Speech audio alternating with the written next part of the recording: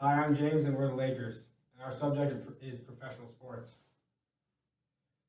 First topic is the Warriors are making all tickets for all teams go up this year. If you want to see the Golden State Warriors play, most tickets will be a lot more expensive. For example, the Charlotte Hornets plan to make the Warriors home game available as only part of a Hornets half season or full season ticket package, at least initially.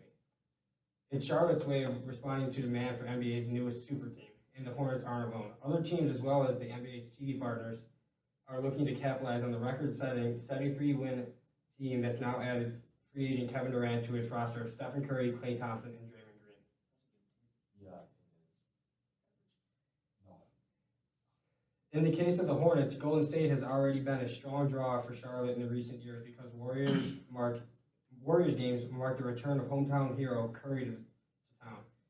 Last season, the Golden State game was one of 13 sellouts for the Hornets. Durant's addition will only increase the demand for that game. There's a similar story in Philadelphia.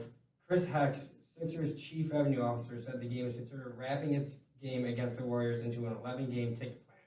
While Philadelphia does not at this point plan to make the game available as a single game purchase, Hex said Golden State's trip to Philadelphia would be slotted as the highest tier of Sixers variable pricing scale. That could lead to tickets being priced at twice what they are for other games. Last time we saw this was when Jordan made his comeback in 2001. Everyone built in 10-game plans just to see him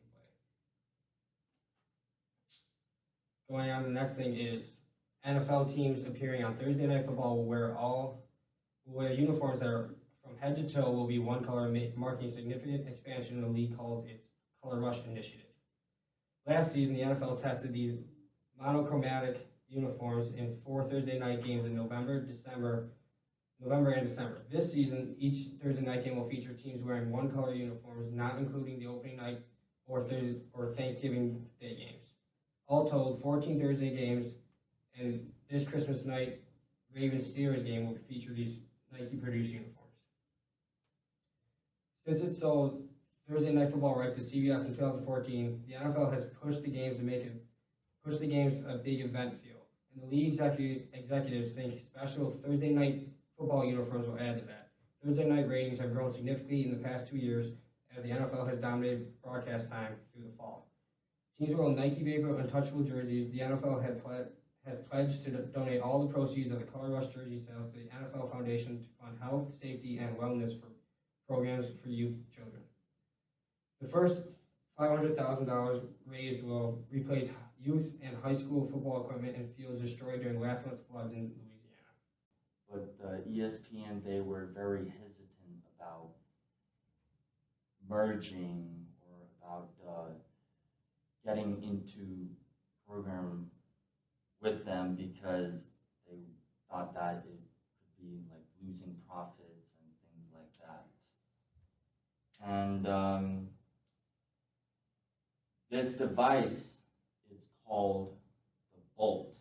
And the Bolt is essentially a device where you can put your smartphone in, and from there on, you can watch 3-4 games at once of tennis.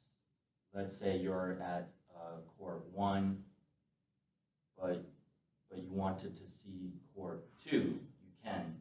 So this device enables you to watch more than one matches at once. And the reason why they are doing this is because it's for like entertainment and a value set, and also it's good for streaming. But the significant part of it is so then the coaches can see how their players doing, like for example the technique of it, and because you can see it at a different angle, like essentially from the player's perspective when they're playing. It's like a GoPro.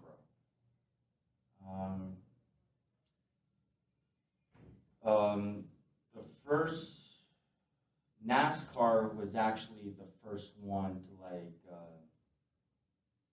invent, you could say, because the NASCAR had this GoPro program where you can see from the driver's perspective. That's how the USTA got their ideas from. So you could say they kind of made a remix of it and changed the whole thing. Hi, I'm Zach, and that's Lincoln, not me. My first subject is about UFC 205. It was supposed to be a historical night for fans of mixed martial arts, and it was to take place in Madison Square Garden for the first time ever. And this could be the world's biggest stage for a fight like this.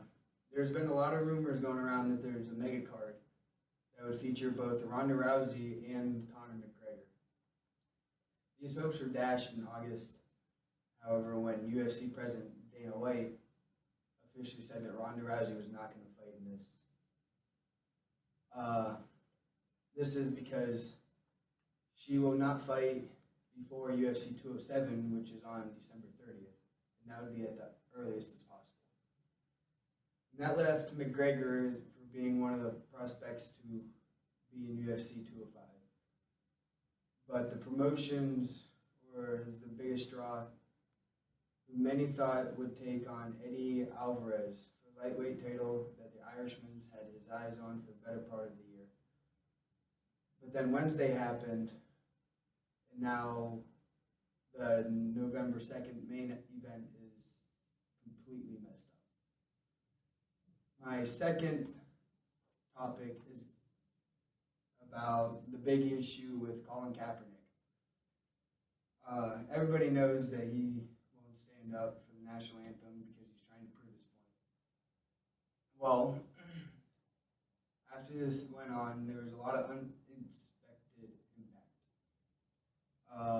And it is growing at an alarming rate because the issue was found on the front page, or the front cover of the Time magazine.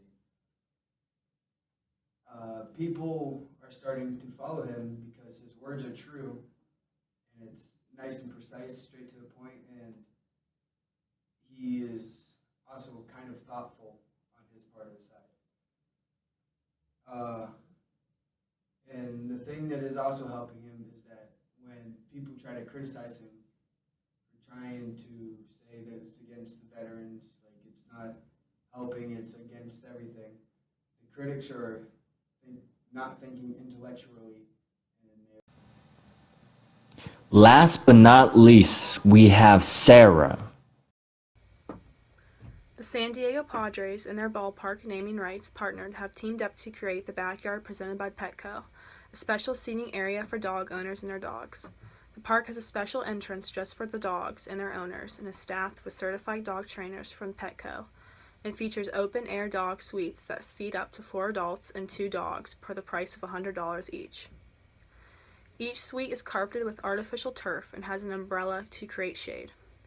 The Padres Vice President of Corporate Partnerships said, "Given our long-standing partnership with Petco, it's only natural that the Petco Park would become the first MLB venue to welcome fans together with their dogs, a dedicated space at every home game." The NFL could be opening their 2018 season on a Tuesday or Wednesday night in China, with its traditional Thursday night season opening game following later that week. According to NFL Executive Vice President Mark Waller, the league could schedule a game in a way that doesn't have to get played in a window that already exists. NFL Commissioner Roger Goodell disclosed in March his intent to play a regular season game in China in 2018, though some owners have expressed concerns over logistics. One problem they are facing is getting a China-based broadcaster to partner with one of the league's broadcasters. Only a China-based broadcaster would have the permission of the Chinese government to broadcast from the country. The China game is part of the NFL's aggressive international plan. This year, the league is playing 3 regular season games in London and Mexico. Because of the time difference, the game is not as well known in China, and therefore the league's boldest decision yet. The Tampa Bay Lightning has turned to NBA executive to lead an overhaul of the technology infrastructure of their arena. Sean Walker last week was named the Lightning's Vice President of Innovation and Technology Services, a new position for the team. His work will include things like being able to order food via mobile app and game day security. Walker's hire represents a new era for the Lightning in its 20-year-old arena as Executive Vice President and Arena General Manager. While the team has made strides recently debuting FanCap and Apple Pay at the arena last season, the team plans to invest heavily in its technology in the coming years.